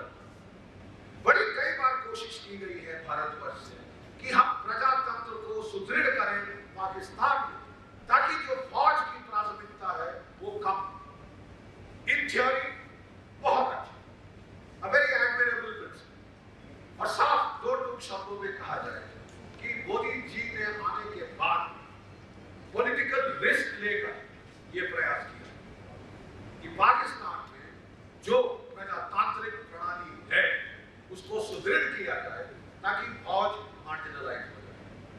लेकिन इतिहास ये कहता है कि जब भी ऐसा प्रयास किया गया है, it has been like the kiss of death to the civil establishment. जब भुट्टो को हमने उठाने की कोशिश करी, भुट्टो को फौज ने फांसी डाली, भुट्टो को फौज ने फांसी डाली। राहिल शरीफ और नवाज शरीफ के बीच में जो द्वंद्व हुआ, आज राहिल शरीफ मुस्कुराते विजेता के रूप में उभरे। जो स्थिति दयनीय स्थिति आज नवाज शरीफ साहब की है, वो लेफ्ट प्राइम मिनिस्टर बन। तो ये जो सही तबका है, जैसे कार्टू जी ने कहा, जो सही तबका है जो which call the shots in Pakistan, 3A Pakistan को चलाते हैं, आर्मी, अल्लाह, अमेरिका। खुशी की बात यह है कि पाकिस्तान में एक बहुत सिग्निफिकेंट जर्नी चल रही है। पाकिस्तान ने हमेशा अपनी जियो स्ट्रेटेजिक लोकेशन का फायदा उठाया है, अपनी जमीन गिरवी रखी। उसने अमेरिका को अपनी जमीन गिरवी रखी 1950 की दशक में। वहां से U-2 फ्लाइट्स गई रूस के लिए, वहां से CIA के ऑपरेशन हुए और पाकिस्तान को फायदा के उसके बदले सैकड़ों पैटर्न टैंक, सैकड़ों F-104 स्टार फाइटर्स और F-27 इत्यादि दिए गए और वो बराबरी पे आ गया भारतवर्ष सैन्य ताकत के रूप में। उसके बाद फिर उन्होंने अपनी टेरिटरी रेंट आउट करी अमेरिका को अफगानिस्तान की जिहाद की, फिर प्राथमिकता मिली, फिर उनको हथियार मिले, फिर उनके दूसरी तरफ मुंह फेर लिया जबकि वो न्यूक्लियर बॉम्ब बना रहे थे, जबकि हमारे खिलाफ कितना कुछ प्रेशर पड़ा था, हम सब दुनिया जानती। अब क्या है कि बहुत देर से, इधर ध्यान से सुनिए, बहुत देर से पाकिस्तान दोगुनी चाल चल रहा है, दोनों को चला। अमेरिका को भी मैक्सिमम 31 अरब डॉलर अमेरिका के खा लिए और अमेरिका का सबसे बड़ा सरगना ओसामा बिन लादेन, अरे साहब 6 साल तक पाकिस्तान मिलिट्री एकेडमी काबुल से 800 गज दूर पारा और फिर आप कहते हैं साहब हमें तो मालूम ही नहीं था। देखो कोई हद होती है साहब इंसानियत की, शराफत की, इसको बोलते हैं चुस्पा। तुमने सफेद झूठ बोला है और हमारे मुंह पे बोला कि दूसरा हैरान रह जाए कि साहब ये इज इट पॉसिबल। इन्होंने ओसामा बिन लादेन को मारा, अमेरिका का ऐसा बेवकूफ बनाया। बहुत देर तक जनरल परवेज गयानी क्वाटा में ऑपरेशन नहीं करा, बड़ा जोर लगाया इन्होंने अमेरिकन ने कि उससे ऑपरेशन कराएं, उसने नहीं। राहिल शरीफ ने आते ही ज़रबे अर्द करने के लिए मान गया और उसकी बड़ी वाहवाही हुई अमेरिका को उस वक्त बड़ी जरूरत थी कि वो रनिंग फाइट में इन्वॉल्व ना हो अफगानिस्तान की। जब वो अफगानिस्तान से विड्रॉ करना चाहते थे, वो नहीं चाहते थे कि उनको ऐसे बुरी तरह हाल हो जैसा साइगॉन में हुआ 1975 में। इसलिए वो चाहते थे कि पाकिस्तान दबाव डाले। राहिल शरीफ ने वो किया। राहिल शरीफ अमेरिका का पोस्टर बॉय बन गया, उसके साथ बुला के जो इज्जत दी गई, जो बख्शी गई, ये वो, और उसको बोला गया उसके बाद कि अफगानिस्तान का करता करता पाकिस्तान, इंडिया, हमें बोला गया कि साहब आप तशरीफ का टोकरा बाहर ले जाइए अफगानिस्तान से। पाकिस्तान जो है तालिबान से बातचीत कराएगा। तालिबान से बातचीत तो खैर अभी तक नहीं हुई, लेकिन जो रेफ्यूजी जा रहे थे अफगानिस्तान में, उनके साथ पाकिस्तान ने 20 मुजाहिद पलटने भेज दी। प्लीज 20 मुजाहिद पलटने पाकिस्तान की आज के दिन अफगानिस्तान में है। और एक बार फिर जैसे ही अमेरिकन गए, पाकिस्तानियों ने सोचा कि ये उनका चांस है कि वह तालिबान को फिर काबुल में बिठाएं। भारत को लगा कि अगर हस्तक्षेप करने की कोशिश कर रहा है तो प्लीज एक चीज याद रखिए, मैं साफ कहना चाहता हूं, अफगानिस्तान के पायलट्स पठानकोट में ट्रेन किए जा रहे थे जब हमला हुआ। पाकिस्तान का पठानकोट पे हमला करना एक संकेत देना था कि साहब मत समझो तुम अफगानों के साथ कुछ कर सकते हो। और उसके बाद हमारी कॉन्सुलेट पे हमला हुआ। क्लियर इंडिकेशन पाकिस्तान हमें दे रहा था कि ये दिस इज माय प्रोटेक्टोरेट, ये मेरे बाप की जमानत है अफगानिस्तान। खुशी की बात यह है कि पाकिस्तान हमेशा ओवर रीच करता है, ओवर प्ले करता है। और अब अमेरिका काफी खासा चिढ़ चुका है 2 साल के बाद, क्योंकि अभी तक पाकिस्तान तालिबान को टॉक्स के लिए नहीं लाए और पाकिस्तान जो है उसको सपोर्ट दे रहा है निरंतर वहां पे हावी होने के लिए। 2016-2017 में अफगानिस्तान की सरकार टिक सकेगी कि नहीं, ये भी एक सवालिया निशान है। अभी तक चीन को भी पाकिस्तान पे शक था कि क्या ये ट्रस्ट करने लायक मुल्क है कि नहीं। हमें कहता है पहाड़ों से ऊंची, समुद्र से गहरा हमारा रिश्ता है। और शिंजियांग मुस्लिम भी ट्रेन करता है शिंजियांग के अंदर गलत फैलाने के। तो हू जिनताओ जब तक था उसने पाकिस्तान पे कमिट नहीं किया आने की वो। लेकिन जैसे ही शी जिनपिंग साहब आए, आते ही उन्होंने $46 अरब की कमिटमेंट पाकिस्तान में जाके करी। वो पाकिस्तान को सबमरीन देने वाले हैं, वो पाकिस्तान को फ्रिगेट्स दे रहे हैं, वो पाकिस्तान को JF-17 फाइटर दे रहे हैं, तो काला टैंक वो पहले से ही बना रहे हैं। उन्होंने पूर्ण रूप से कमिट किया है पाकिस्तान के सपोर्ट।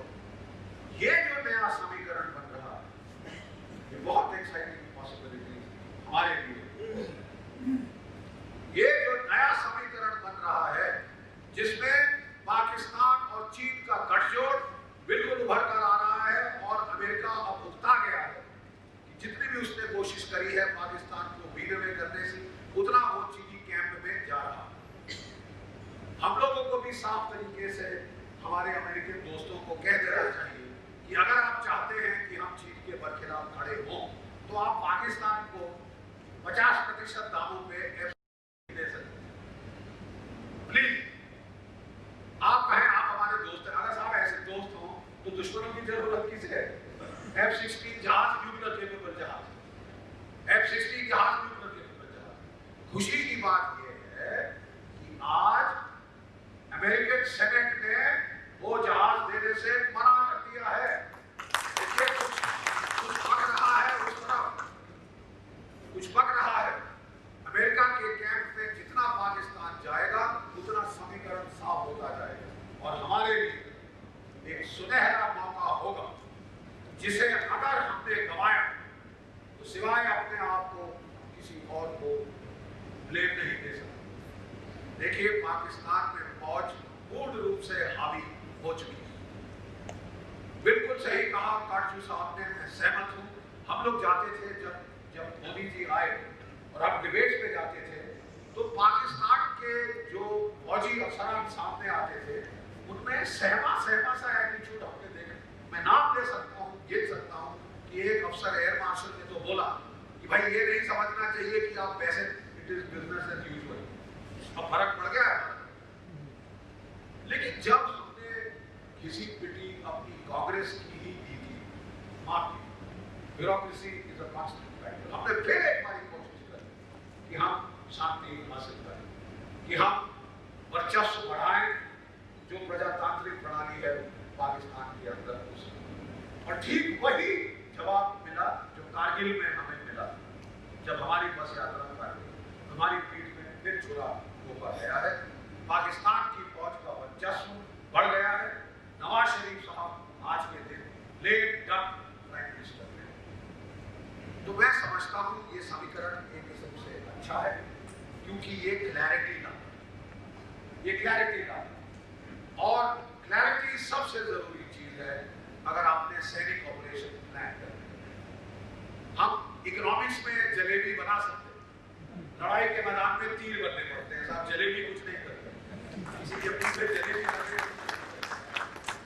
आपको तीर चलाना होगा तो तीर चलाना होगा, वो भी आंख में या गले पे और कहीं। देखिए पाकिस्तान तभी शांति आपको मिली है 1971 के बाद के जो 9 साल शांत रहे, वही शांति का एक समय हमने देखा है।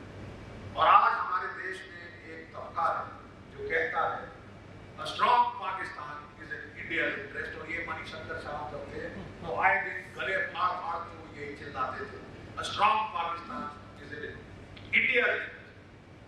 अरे साहब strong Pakistan is a bloody headache, सिर में दर्द है, इसको और ताकतवर देने का मतलब क्या है? मैं वैसी भी साफ फौजी भाषा करूंगा, कटु सत्य अच्छा है, मुझे लोग कोसेंगे, लेकिन बाद में मेरी कहनी को जरूर याद रखें कि ठीक ही कहा था। ये फौजी हमको बहुत अच्छी आदत सिखाई गई है, और मैं समझता हूं कि समय आ गया कि अब हम बिल्कुल इस साफ फौजी भाषा में पाकिस्तान से बात करें। कुछ हमारे भी जो हद बंदिशें थी, पिछली सरकार जो 10 साल रही, हमारी सशस्त्र सेनाओं का जो हाल करके गई है, वो आप हमसे ही पूछें तो ज्यादा अच्छा रहेगा। 40 दिन का जो एमिनेशन होना चाहिए वो घटा कर 5 दिन का एमिनेशन पड़ा था, तो क्या 6वें दिन आप पत्थर फेंकते? 6वें दिन आप क्या चाहते अपनी सेना से कि वो पत्थर फेंक के गुलेब लेके आए? ये जो हाल किया है, देखिए 45 स्क्वाड्रन हमारी एयरफोर्स में होने चाहिए, 45 स्क्वाड्रन 45, और एयर पावर आजकल जो है डिसाइडिंग फैक्टर है लड़ाई के मैदान। जो लड़ाई की हार जीत का दारोमदार एयर पावर पे, वायु शक्ति आपके पास है, आपकी जीत होगी। 45 स्क्वाड्रन की एयरफोर्स होनी चाहिए। आज घटाकर साहब 32 पे है, और वो भी नाम के। अगर आप असलियत की बात करें तो हम लोग घट के जो है 28 के ऊपर आ। ये हमारी देन है पिछले 10 सालों में। जब ये सब खरीदा जा रहा था, जब आपको हमारी एयरफोर्स चिल्ला चिल्ला के बोल रही थी कि साहब हमें रफाल चाहिए, रफाल नहीं ला सकते तो Su-30 लाइए, Su-35 लाइए, कुछ तो लाइए, क्योंकि यहाँ स्क्वाड्रन हवा के रह गए। MiG-21 आसमान से टपक रहे हैं, MiG-21, MiG-23 फेल आउट हो रहे हैं, और आज एक MiG-27 फिर क्रैश हुआ। तो साहब आप किस चीज का इंतजार कर रहे हैं? नहीं साहब, उस वक्त प्राथमिकता दी गई VVIP हेलीकॉप्टर। आपकी सेना में फाइटर नहीं, आप VVIP हेलीकॉप्टर खरीद रहे, और वो कौन सा हेलीकॉप्टर साहब? जो अमेरिका के प्रेसिडेंट ओबामा ने बोल दिया साहब ये मेरी पहुंच के बाहर, बहुत महंगा है। ये किसने बोला? अमेरिका के राष्ट्रपति ने। और आपको एक नहीं चाहिए, आपको 12 चाहिए। And you want it day before yesterday. 30 साल से हमको बोफोर के बाद तोप नहीं आई, ये कटु सत्य है। 30 साल से हमको बोफोर के बाद दूसरी तोप नहीं मिली, और बोफोर तोप फर्स्ट क्लास तोप, उसमें तोप में कोई प्रॉब्लम नहीं। अगर आप बोले कि फौज ने सिलेक्शन में कोई घाटा किया, फर्स्ट क्लास तोप कारगिल में हिला के रखी। पहाड़ी लड़ाई मीडियम गन की दारोमदार कर दी। 30 साल हो गए साहब। 5 साल में VVIP हेलीकॉप्टर आ गई, वो तो बड़ी मुश्किल से ब्रेक लगी है, नहीं तो वो तो आए जा रहे थे साहब। ये प्राथमिकता तो स्वाभाविक है कि जो मोदी जी ने किया है उसके पीछे कुछ वजह है।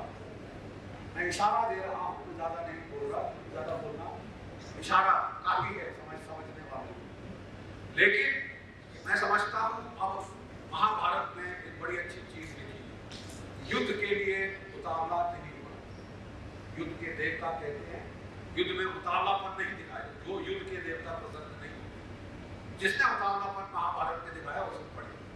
और महाभारत में भी हमने जाकर, श्री कृष्ण ने जाकर बोला था 5 गांव ले लिए, तो बोला साहब 5 गांव तो छोड़िए, मैं सिर्फ सवाल बोला साहब 1 गांव। बोले 1 गांव क्या? सुई के, जिसकी सुई की नोक के बराबर जगह नहीं थी। बोले साहब तब युद्ध होगा। तो ऐसा है कि जहां तक जस्ट वॉर इज कंसर्न, सब कोशिशें कर चुके हैं। ये दुनिया के सामने है कि हम सब कोशिशें कर चुके हैं। अब आपको फैसला करना है कि अब क्या आप वो भाषा बोलना चाहते हैं जो पाकिस्तान की फौज समझती है। सारे यहाँ जो जो बहुत ही तजुर्बेकार स्पीकर और सब ने कहा है कि पाकिस्तान में चलता है वर्चस्व तो पाकिस्तान की फौज का, आपको पाकिस्तान की फौज से उस भाषा में बात करनी होगी जो भाषा वो फौज समझती है और वो ताकत की भाषा है। अगर आप उनसे बातचीत करने की कोशिश करें, आप कॉम्प्रोमाइज करने की कोशिश करें, आप रेड लाइंस या तो लेना करें कि बहुत सही रेड प्रिंसिपल पोजीशन अडॉप्ट की गई थी, बम बंदूक के धमाकों में बातचीत नहीं हो सकती, पीरियड। फिर बातचीत क्यों कर रहे हैं? बहुत ही प्रिंसिपल पोजीशन थी कि ये हुर्रियत, ये हरामखोर, किसने इनको इलेक्शन दिया, किसने इनको वोट दिया, ये कैसे कश्मीर के रिप्रेजेंटेटिव बने, क्यों ये साहब आज चौधरी पर अधिकार, आज इनको अरेस्ट किया जाता है, फिर इसको सुबह छोड़ दिया जाता है। क्यों साहब फौजी कॉलोनी बनेगी, क्यों नहीं बनेगी साहब? जो जम्मू कश्मीर लाइट फैक्ट्री के जवान है साहब, वो तो श्रीनगर के रहने वाले हैं, आसपास के रहने वाले, उनको कॉलोनी सारे भारतवर्ष में हो सकती, वहां कॉलोनी नहीं बन सकती। हमें कहा जा रहा है कि साहब जो कश्मीरी पंडित हैं उनके लिए कॉलोनी नहीं बनेगी। अरे साहब 4 बार हमने कोशिश की है पंडितों को भेजने। मैं आज इतिहास बता रहा हूँ, 1997 में कश्मीरी पंडित वापस भेजे गए, 23 मार डाले गए। तो 1998 24 मार डाले गए। 2003 2 बार भेजे गए, 22 और 24 और मार डाले गए। तो अब आप क्या कह रहे हैं साहब? आप उनको प्रोटेक्टेड कॉलोनी में नहीं भेजेंगे? जो कह रहे साहब जिस घर से आए थे वहां भेज दो। अरे साहब वो घर तो जला दिया तुमने, और आज आप बोल रहे हो कि साहब वहीं भेजो जहां हम इसको मार पाए। वो बेचारे खीर भवानी के लिए गए तो उनपे पत्थर पड़ गए। तो साहब आपको देखिए, आप जरा चीन से बात करिए तिब्बत के बारे में, आप चीन से बात करिए तिब्बत के बारे में, आपको जवाब मिलेगा नो, नहीं, नॉट, येट। और कोई भाषा में सुनना है साहब? और कोई भाषा आप जानकार हो तो बता दीजिए। नहीं, get lost, climb a gum tree. मेरे ख्याल अब यही भाषा का इस्तेमाल करने का समय आ गया। कश्मीर नहीं मिलेगा, get lost, climb a gum tree. और दूसरा, अगर किसी पाकिस्तानी फौजी हुक्मरान को या जनरल साहब को ज्यादा खुजली हो रही है तो सीधा सा बोलते हैं कम एंड गेट इट। अरे तुमने माँ का दूध पिया है तो आगे ले के मैं कहता हूँ अब समय आ गया। मोदी जी की पर्सनैलिटी काफी आक्रामक पर्सनैलिटी, मैं नहीं समझता कि हमें उसके इम्पैक्ट को डाइल्यूट करना चाहिए। हमने शांति की कोशिश करके देख ली, अब मेरे ख्याल समय है कि पाकिस्तान हमारा रौद्र रूप है। अब एक और कहानी है, आखिरी में अपना मैं खत्म करता हूँ इसके साथ। हमारे देश में साहब एक कैंडल लाइट ब्रिगेड, हर तीसरे दिन शाम ये मोमबत्तियां लेके कभी इंडिया गेट पे पहुंचे होते हैं, कभी बाघा बॉर्डर पे पहुंचे होते हैं, कभी ये कवाली सुन रहे होते हैं, हमारे कमाल मर गए। देखिए साहब ये जो तबका है, इन्होंने एक कहानी बना रखी है। साहब पाकिस्तान 30 साल से हमको तंग कर रहा है with a war of 1000 cuts, मतलब 100,000 छुरियों के वार करेगा ताकि बड़ा हाथी भी खून के हिसाब से गिर के मर जाए। और वो कहता है अगर हमने ये रूस के साथ कर दिया तो भारत के साथ क्यों नहीं कर सकते? साथ ऐसा है कि जब भी सेना बात करती है पलटवार, इसका केवल और केवल एक तोड़ है, हॉट परस्यूट, जो कि इंटरनेशनल लॉ आपको अलाउ करता है, रेजिंग कॉस्ट फॉर पाकिस्तान। अब चाहे आप उसे प्रत्यक्ष युद्ध से करें, चाहे आप उसे प्रत्यक्ष युद्ध से करें, डिबेट उसके ऊपर होनी चाहिए। अपनी सोच विचार हम तो ले कर सकते हैं, हम सरकार थोड़ी। अप्रत्यक्ष युद्ध का नुकसान ये है साहब कि जो आप करेंगे आप क्लेम नहीं कर सकते। जो लोगों के मन में आक्रोश, जो भारतीयों के मन में आक्रोश है कि हमारे पिछले 30 साल में 75,000 भारतीय मारे जा चुके हैं टेररिज्म की कसौटी के ऊपर, 10 साल पंजाब 21,000, 20 साल से ज्यादा जम्मू कश्मीर 44,000, 1993 से पूरा भारतवर्ष 15,000। ये आंकड़े हैं साउथ एशिया टेररिज्म पोर्टल के। इतने भारतीय मर चुके हैं। तो सवाल बड़ा सीधा है, एक आम भारतीय जान की क्या कीमत है? वो चवन्नी की कीमत नहीं हो सकती साहब। हम जुल्म कैटेगरी में ना हो, लेकिन की जान चवन्नी में नहीं जाएगी। पाकिस्तान के लिए कीमत बढ़ानी पड़ेगी। जब पाकिस्तान से कीमत बढ़ाने की बात की जाती है तो एक तबका आता है साहब हमको डराने वाला। अरे साहब, अगर आपने ऐसे पांव रखा सीमा रेखा के पार तो भुक भुक भुक करके यहाँ पे साहब एटम बम गिरने लगे। किसके सिर पे? कितने महीने चला था कारगिल का युद्ध? 3 महीने। आप प्लीज गिन के बताइए कितने एटम बम दिल्ली पे गिरे, कितने एटम बम मुंबई पे या कलकत्ता पे गिरे? अरे साहब देखिए, जो पाकिस्तान के फौजी हुक्मरान हैं हम उन्हें अच्छी तरह से जानते हैं। वो जो लोग हैं आलीशान बंगलों में, बड़ी बड़ी कारें, जो मर्सिडीज कारें जिसके पास है पाकिस्तान में, तो उनके पास ऐसे लोग न्यूक्लियर युद्ध नहीं करते। और उनको बड़ा साफ है कि अगर न्यूक्लियर युद्ध हुआ पाकिस्तान के साथ तो हमारे ज्यादातर 70% वॉरहेड पंजाब पे गिरेंगे, जहां से पाकिस्तान की फौज आती है। इनकी जोत खत्म हो जाएगी। आप समझ रहे हैं मैं क्या कह रहा हूं? इनकी जोत खत्म हो जाएगी। वहां 800 साल तक गेहूं अनाज नहीं उगेगा, ये वो जानते हैं। और अगर हम उनको ये फीलिंग्स दे रहे हैं कि वो फिर भी न्यूक्लियर बॉम्ब इस्तेमाल करेंगे, तो देखिए जो सारा पंगा अमेरिका के साथ हुआ है वो न्यूक्लियर इशू पे हुआ। आज के दिन पाकिस्तान कोल्ड स्टार्ट के नाम से इतने भयभीत हो गए हैं कि वो साहब अपने एटमी जखीरे को बढ़ा रहे हैं। नवाज शरीफ को बोला गया कि साहब आप वाशिंगटन आ जाइए और एक न्यूक्लियर सिविल डील करिए। न्यूक्लियर सिविल डील का मैं सीधी फौजी भाषा बोलूंगा, मतलब कैप रोल बैक। हमारे साथ भी वो किया गया और आज पाकिस्तान के पास हमसे ज्यादा न्यूक्लियर हथियार है, ये सत्य है। हाँ, हमने कहा कि हमारा न्यूक्लियर अपार्टाइड खत्म होगा, हम वासेनार ग्रुप में जाएंगे, हम जो है आपके न्यूक्लियर सप्लायर्स ग्रुप में जाएंगे, ऑस्ट्रेलिया ग्रुप में जाएंगे इत्यादि। पाकिस्तान की फौज ने नवाज शरीफ को नहीं जाने दिया वाशिंगटन, ये भी सत्य है, ताकि कहीं वो दबाव के नीचे आके ना करे। इससे चिढ़ के अब अमेरिका ने पाकिस्तान को थोड़ी सी नकेल कसनी शुरू की। इसका फायदा हम जरूर उठाएं। इतना कहकर मैं अपनी वाणी को प्रोफेसर अवनीजेश अवस्थी जी से आग्रह करें, कृपया धन्यवाद प्रस्ताव। आज के इस सभा के अध्यक्ष बख्शी जी बहुत बहुत धन्यवाद। और धन्यवाद देने के लिए मेरे पास शब्द नहीं है। आप प्रत्यक्ष देख सकते हैं कि आपकी बातचीत का क्या असर हुआ है।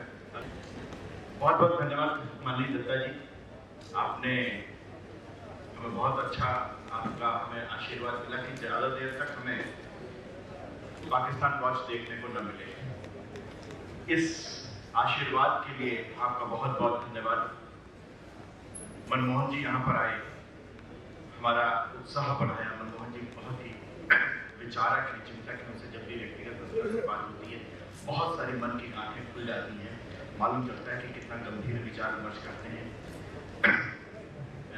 काटू जी, अजय कुमार जी, राकेश जी, आज के इस कार्यक्रम की प्रस्तुता गीता जी, और आप सब लोगों का इस बात के लिए बहुत बहुत धन्यवाद जो इस समय बहुत ज़बरदस्त तरीके से ओवरवेलमिंग एक भावना है इस बात की। देश में एक ऐसा वातावरण बना है जिसमें राष्ट्रवादी विचार पूरी तरह से सामने प्रत्यक्षतः अभिव्यक्त होने के लिए स्वतंत्र है।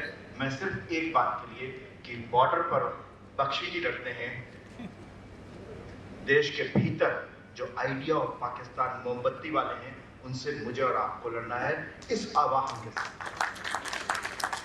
बॉर्डर पर बख्शी जी हैं, लेकिन बॉर्डर के भीतर बख्शी जी नहीं। पाकिस्तान है जो रोज शाम को जेएनयू में नारे लगाता है जाकर के भारत तेरे टुकड़े होंगे, उससे मुझे और आपको लड़ना है। उस लड़ाई का हमको कमजोर नहीं पड़ना है। इस आवाहन के साथ आप सब लोगों का बहुत बहुत धन्यवाद।